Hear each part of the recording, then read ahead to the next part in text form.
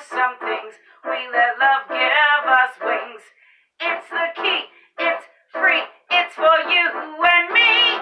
You and me. So let's discover love's great wonder. Let's discover the spell we are under.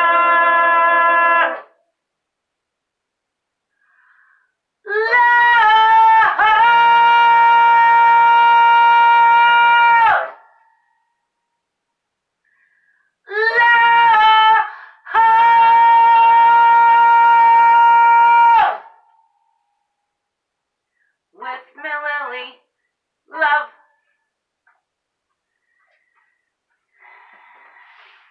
Hello.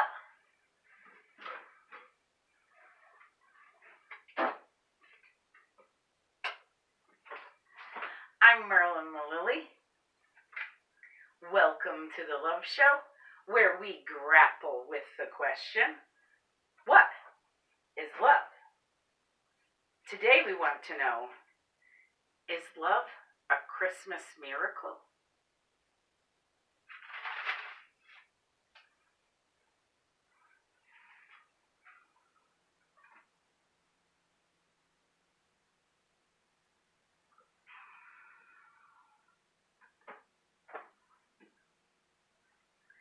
Let us look at the date. December 25th, Christmas. Is there some magic with this date? Something miraculous? They say it's Jesus' birthday. But now we know that according to his parents' records, that Jesus of Nazareth was born in spring. They say he was a Pisces, like me. Which certainly makes more sense than his being a Capricorn. My father is a Capricorn. He was also once married to a Capricorn, and I also dated a Capricorn for a little while, and I just don't feel that Jesus was a Capricorn. He just doesn't have that holier-than-thou attitude that Capricorns have. That's not to mention that he was, in fact, holier than most. He didn't treat people like he was better than them. But that's a Capricorn trait. I never bought that Jesus was a Capricorn.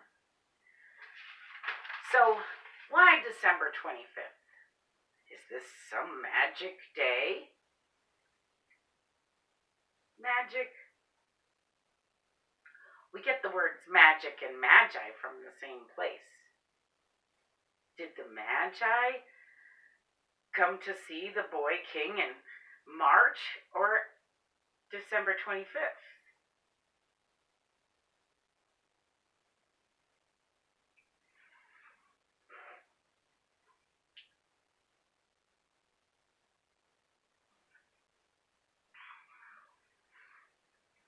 Honestly, I think it was in March. The Magi, or the three kings, the three wise men, have always made me curious. I have so many questions about them. Where did they come from? Who sent them? Why? How did they know where to find the Holy Family?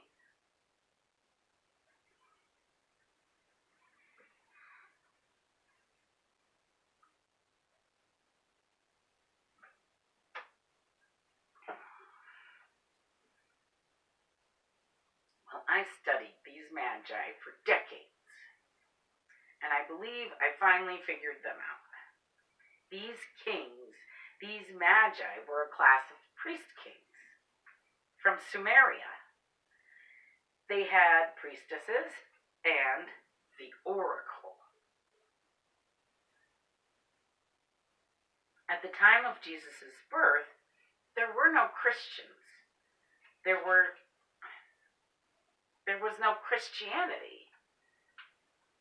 It did not exist yet, because Jesus was only just born.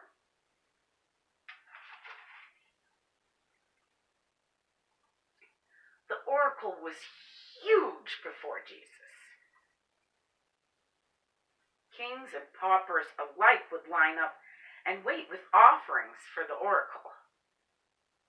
She was brought to Greece and consulted by kings all over the world. She was a fortune teller extraordinaire and quite a gypsy, for she did travel the world. And this was at a time where no one was traveling the world, really. But while she was in Greece, they set up the world's first treasury for her offerings, the offerings that people brought her to give as gifts in return for her consultation. They wanted her opinion on what was happening in their lives. They wanted their fortune told.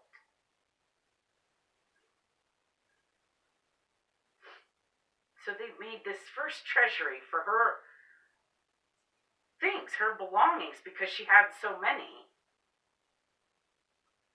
This is where the gift giver priest kings come in. She had so much that she sought to give it away regularly.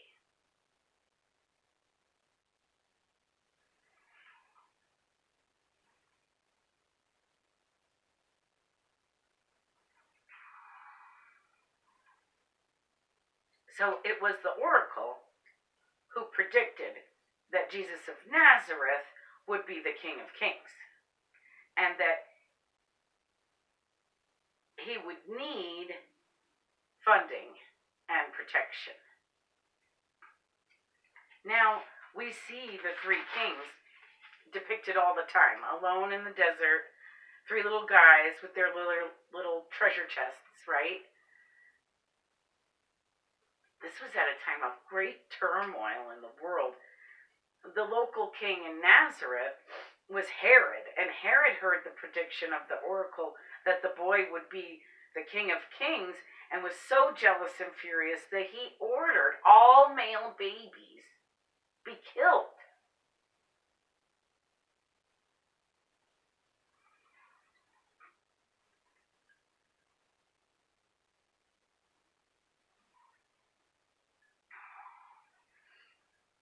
The oracle knew the child's life was in danger, and that her prediction may have put him in danger. So she sent the priest kings to swoop the child off to safety.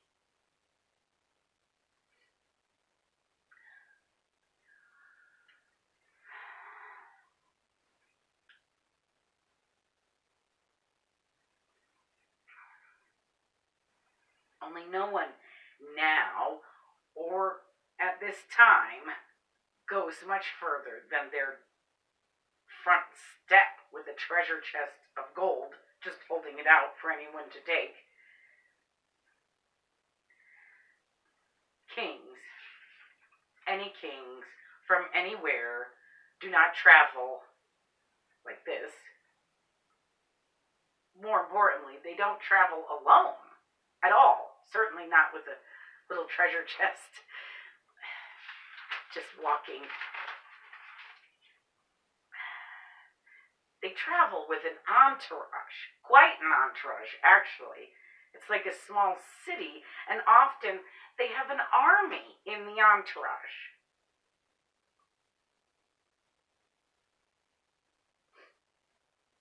These three kings were to sweep the boy and his family off to Egypt, out of Herod's jurisdiction, and that is what they did. Jesus lived in Egypt in hiding until Herod died, literally.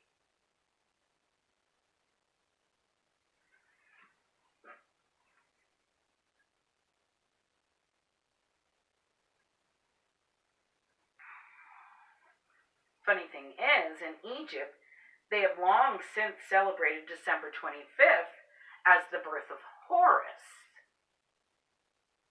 the miracle child born to Isis of Osiris after he died So, to a virgin, a child is born on December 25th. Sound familiar?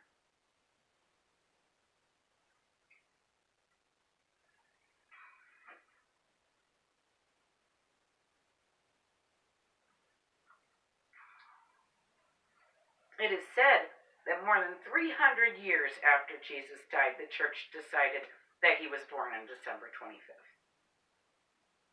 It seems to have been a bit of a political strategy to win over those already celebrating December 25th as Horus's birthday, or the solstice, or Hanukkah. It is said in the region that some celebrated the birth of Jesus on January 6th, before the church decided it was December 25th. But still, that was hundreds of years after Jesus died that they decided to celebrate his birthday on the 6th of January in parts of the Middle East. And who knows if the winter solstice was celebrated before or after Horus, but it is said that Stonehenge is older than the pyramids, and it is aligned with winter solstice specifically. Winter solstice is now said to be December 21st. At this time, however, about 300 years after Jesus, the solstice was celebrated on December 25th on the Julian calendar. According to a wonderful little article I found in the Washington Post by Valerie Strauss, entitled, "Why is Christmas on December 25th? A Brief History Lesson That May Surprise You," from December 25th, 2015, and she seems to have also published it on Christmas 2014 as well.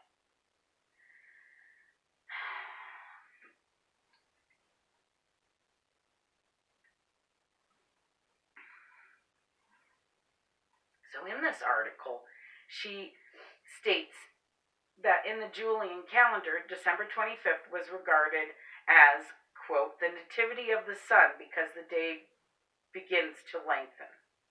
From solstice onward into the year, the days lengthen.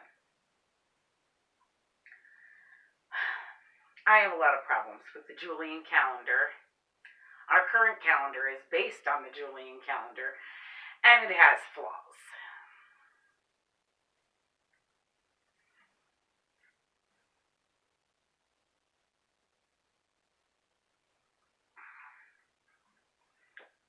Stonehenge is a calendar, and it shows that December 21st is the solstice, the longest night and shortest day in the year, winter solstice.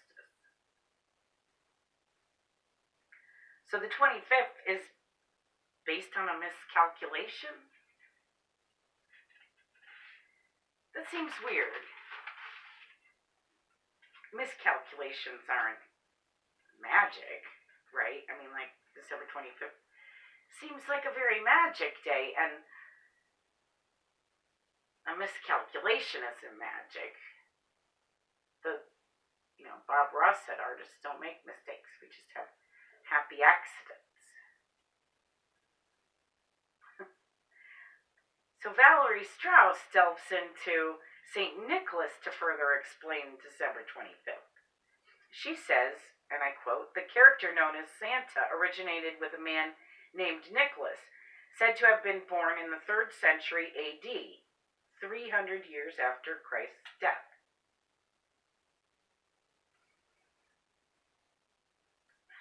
She goes on, in the village of Patara, then Greek, now Turkish, it is said that his parents died when he was young, and that the religious Nicholas, who was raised by his uncle, was left a fortune.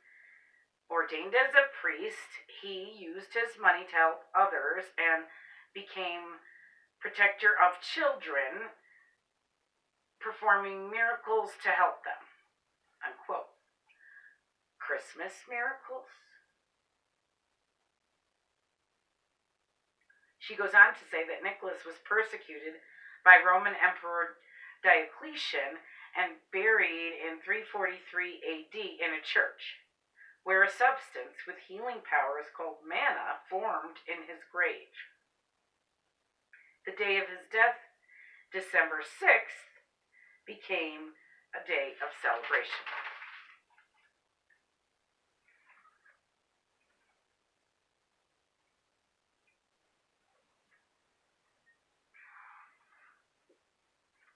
Yule time is a time.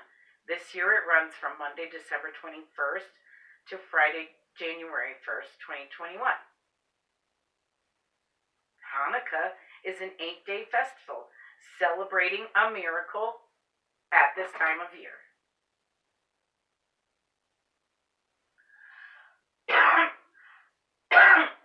Excuse me.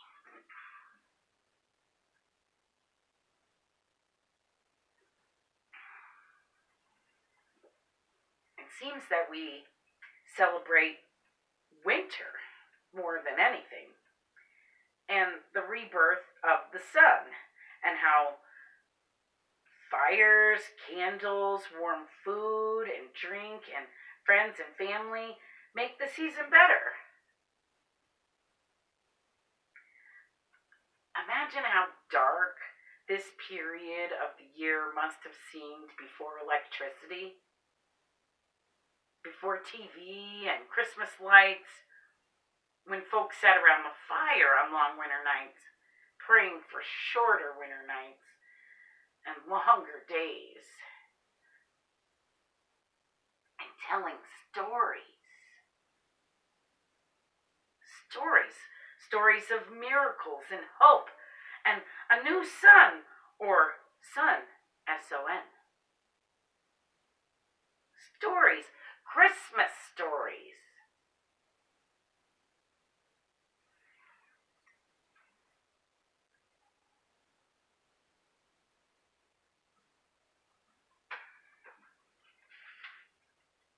And it is in these stories that I think we will find our love connection.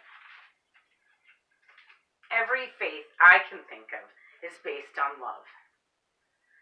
Christmas stories are based on faith and miracles, both of which I feel can't really exist without love. How can one have faith in something without love? And I think love creates miracles. Well, that is to say, I also think love is a miracle.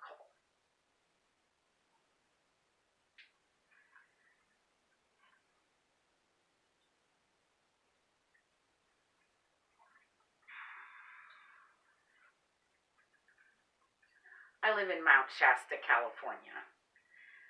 There is an old Christmas story here, a Christmas legend, if you will, that appears in a Stephen Sindoni Legends of Mount Shasta video here on YouTube entitled A Race of Little Men on Mount Shasta.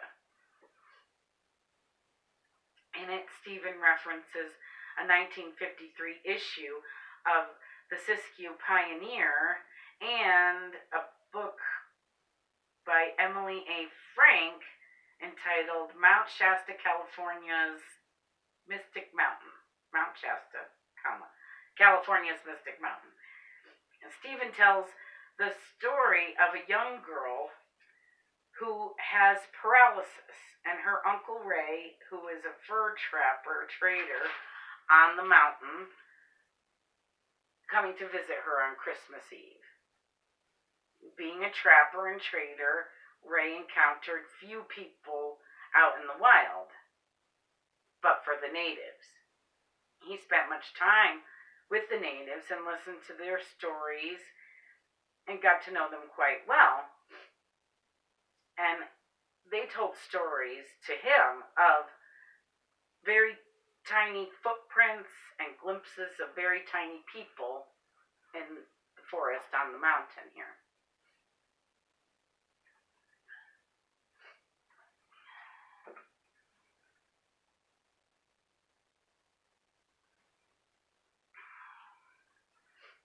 Uncle Ray brought the crippled girl a small carved stone doll for Christmas Eve. She had been sleeping when Uncle Ray arrived, so he just left the present with the sleeping child. When Uncle Ray, the girl's parents, and her doctor all went in to check on her at midnight, she was awake and no longer paralyzed. A Christmas miracle? Yes. Love? Yes.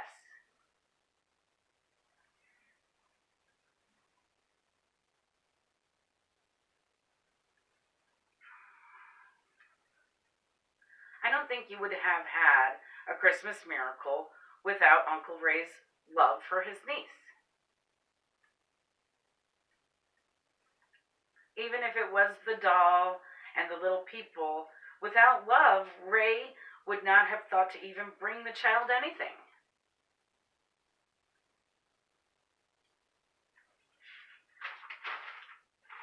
Then there are the stories of babies being stillborn at birth on Christmas, and the mother or the father hold the baby and love it basically to life. A Christmas miracle. Love. Both.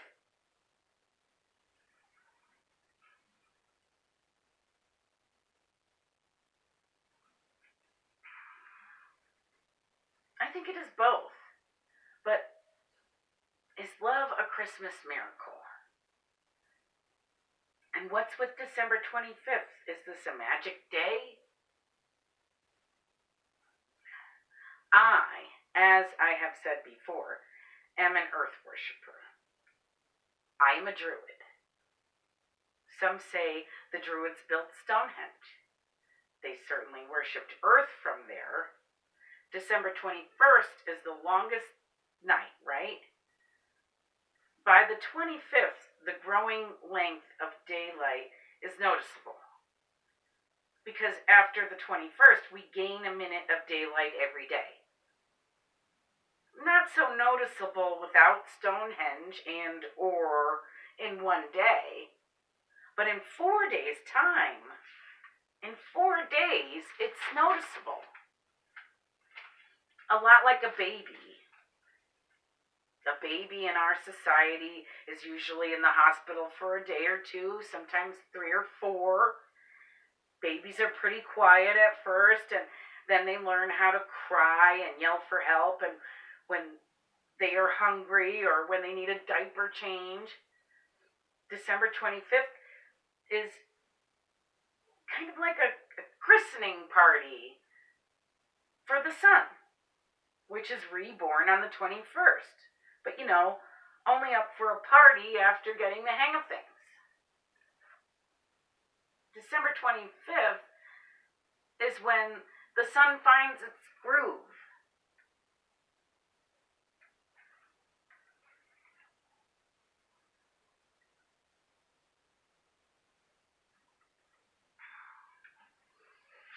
There are people who believe that a giant serpent swallows the sun and gives birth to it on December 21st.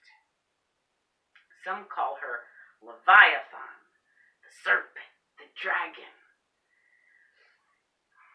And on the winter solstice, if you watch the sunrise, it really looks like this is occurring.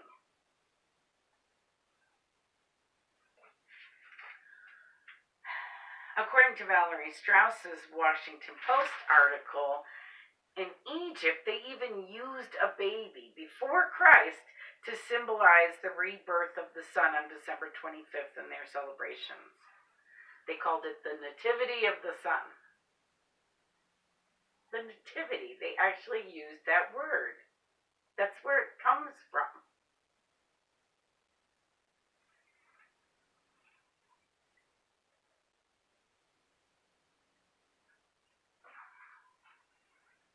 There is a Native American legend of Raven turning into a baby to retrieve the sun from a greedy chief. I just made a little story poem video called Raven Raven that depicts this story. I called it Raven Raven, a winter poem. It's on my Mililli Studios channel if you want to check it out. Love shows are on the Love Show channel on YouTube. I also have a Mililli Studios channel and a Merlin Mililli channel. Subscribe to all of them and you won't miss anything. But Mililli Studios has the Raven winter poem. So the Native Americans and the Egyptians and the Druids all believed that the sun was reborn at Christmas time. Funny that people call Jesus the Son, S-O-N, or is it? It is clear that December 25th was chosen. And what better day to choose for the birth of the sun than the day of the birth of the sun, right? Nonetheless, all of these cultures also believed that the sun would not be reborn without faith and hope and love, and they prayed with love for love. Love is the trigger for the Christmas miracle. Christmas miracles don't happen without love, because love is the Christmas miracle. Babies are miracles. We found in our necessity episode that babies don't grow without love. Love grows miracles. Christmas miracles. My daughter Julia was born on December 5th, and she's my Christmas miracle. She was still in the hospital on her first Christmas. Yes, that's quite a bit more than 5 days. We couldn't bring Julia home from the hospital until February. She was a preemie. She was very early, just at 28 weeks gestational, and only 1 pound 7 ounces. You could fit her in your hand. Her first Christmas dress was a doll dress. She was so tiny.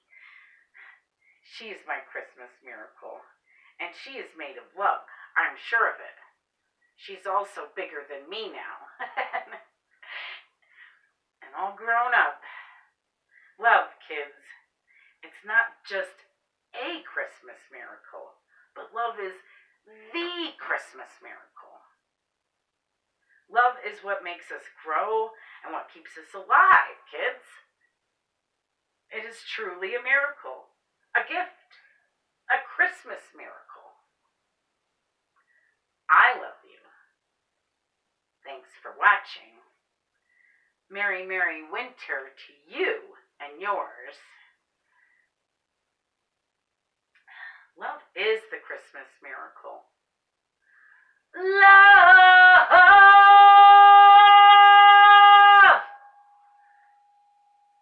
Put some love in your Christmas. You just might unwrap